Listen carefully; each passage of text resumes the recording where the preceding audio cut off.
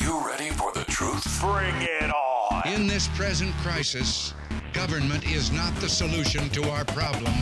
Government is the problem. Do you want the whole truth? I don't think you're ready. Governments don't control things. A government can't control the economy without controlling people. It's Crane Durham's Nothing But Truth. Here comes the truth. Welcome back, half hour two. Great to be with you. Crane Durham's Nothing But Truth, proudly on AFR Talk. It is a privilege to be with you 5 to 6:30 Central, 6 to 7:30 Eastern, Monday through Friday. Another way you can connect with the show is to go to the American Family Radio Facebook page for Crane Durham's Nothing But Truth, and you can go to nothingbuttruth.com. It is a way to interact during the day that I certainly take advantage of, as well as after the show with Crane After and a recap of the show and a closing statement. You may agree with, not agree with. I try to keep it brief and certainly pithy.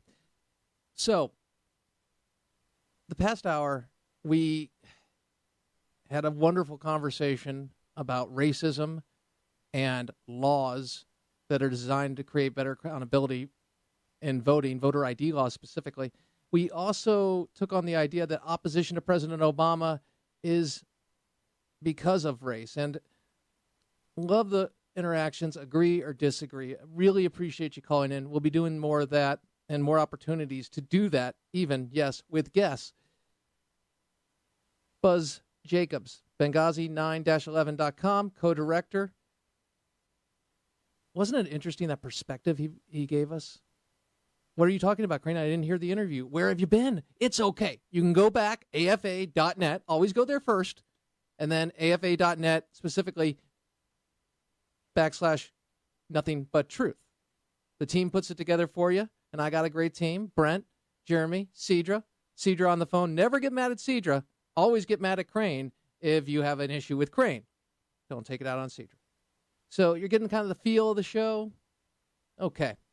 Well, speaking of feelings, how's the weather been for you? A lot of storms out there, certainly. Anytime there's a major storm or a weather event, well, we know what causes it. George Bush. No, it's not. It's global warming. Okay. Speaking of global warming, we have our new Department of Interior Secretary, Sally Jewell, speaking to her future at the Department of Interior of what she plans to do. But first, she wanted to make sure, hey, everybody's on board with our ideology. Specifically, we know that the Earth is warming and man-made global warming, it's happening. And climate change, we need to do something about it. So, well, roll it. One is very important, very much in our face, and really critical, and that is climate change. I hope there are no climate change deniers in the Department of the Interior. If you don't believe in it, come out into the resources, go on to some BLM land, go up to Alaska where the permafrost is melting, go into the Sierra, which used to retain a lot more water in its frozen form, that's now running off the hillsides quicker, and we don't have the storage capacity to be able to serve the downstream users like the demand requires. We have far-reaching impacts in every part of the department, but we are in a unique position to actually be able to do something about it. How exciting is that? You got a changing climate, and you and I can actually do something about it. That's a privilege, and I would argue it's a moral imperative that we've got to step up to. That's the presupposition that we can do something about it means you must presuppose that man is causing it. Man-made global warming. We heard a lot about it. 17 years we've had carbon emissions certainly rise, but the Earth's temperatures stay flat, sometimes declining. And yet we still have somebody who's the Secretary of the Interior saying, hey, if you believe that, you better, we got to expose you. We can't have any of that. You got to get on board. Even though now it looks like 32% of scientists believe that there is man-made global warming because of the East Anglia Institute and the scandals that have rocked the climate change models When I say climate change, man-made global warming, we all want a better environment, certainly. And certainly I've been out in the land of the BLM, and it's a wonderful places in the United States to go. Had a wonderful family vacation not too long ago doing just that. And I've taken those trips on a yearly basis.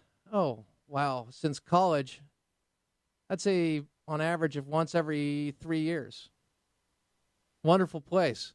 I don't have to buy a bunch of bunny stew about a theory that is being used to manipulate the American people and go to an ideology, not only an ideology, but a piece of legislation that is going to draw more power, no pun intended, to a centralized government when they take over the means of production, and that would be energy use through carbon legislation.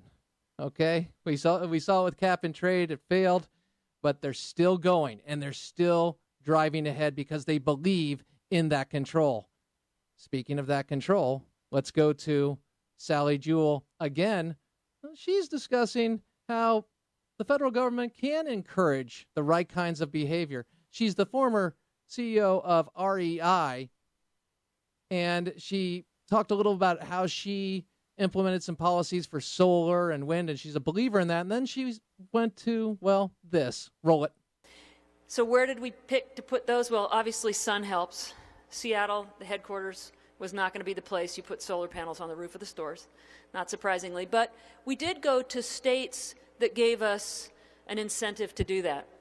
California and Oregon come to mind, places that dominate in terms of where the on-site solar is, but also federal programs that made it affordable for us to go early on into on-site solar. And we saw over the course of that 8-year period of time a reduction in the cost and an increase in the efficiency of those panels.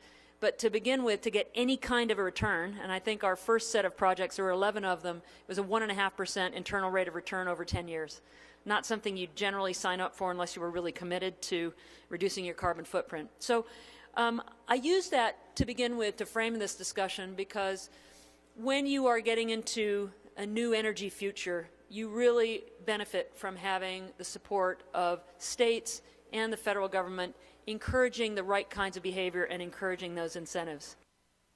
Not making it up. It doesn't matter about the success of the program. It matters what they can mandate. And by mandating it, they have the federal government cover the cost of the inefficient energy in the hopes that we can take solar and wind and turn them into oil, and what oil has been, and coal, rather than use the resources we have.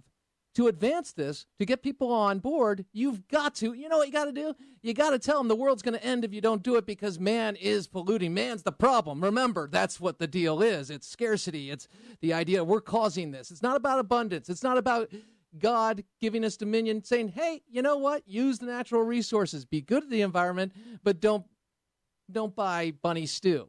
Don't buy BS. And that's exactly what we've gotten, because you evaluate it, you see Solyndra. You see wind still needing the tax subsidy. And that's you and I paying for something that becomes very inefficient. And it is a classical example, and it's a full frontal, of how the government creates an industry or favors a particular industry and uses their political power to push money to those industries, picking winners and losers. And how do you get that money? Well, the Department of Energy programs, the loan program, 80% of the dollars that were spent, 80% of it went to donors of President Obama's campaign. See, can't make this stuff up, folks. It's nothing but truth. So, as we continue to detail the control and the ideology, if you believe in freedom, do you believe in what they're churning out? What they're presenting? Is that liberating? Is that hope and change? You believe in giving up your liberty? You trust government? Really? What if you have someone who's homosexual in your family and you're discussing politics and marriage? We'll take on that question next. AFR Talk.